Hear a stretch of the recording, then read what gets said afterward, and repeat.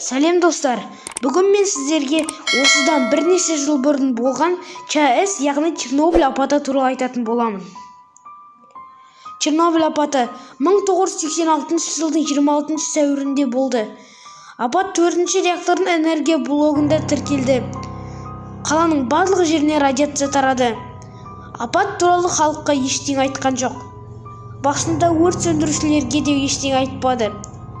Ғалымдардың бастығы Дятлов үкіметке бұның жай ғана абайсыздан пайда болған өрт деп өтірік айтты.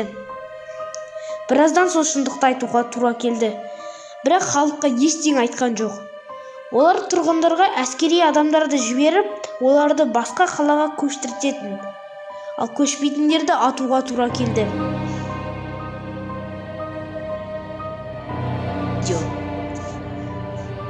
Олар қаладағы барлық иттерді атты, себебі иттер радиацияны көп таратады деп ойлады.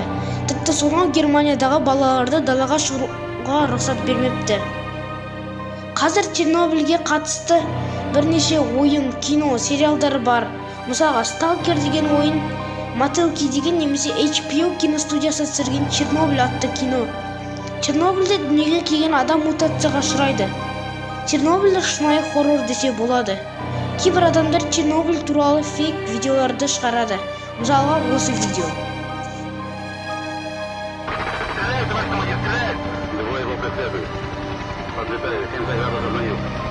Еще один. Их уже 4, которые ему преследуют. Их уже 5, товарищ командир. 5. Справа. Впереди вышел из здания. 5, товарищ командир, 5. Стреляют, товарищ командир, стреляют. Мы его поймали. Их уже 5, товарищ командир. Вышел из здания. Стреляют, товарищ командир. Это твой поймали. Господи, боже! Его преследуют. Давай за нем.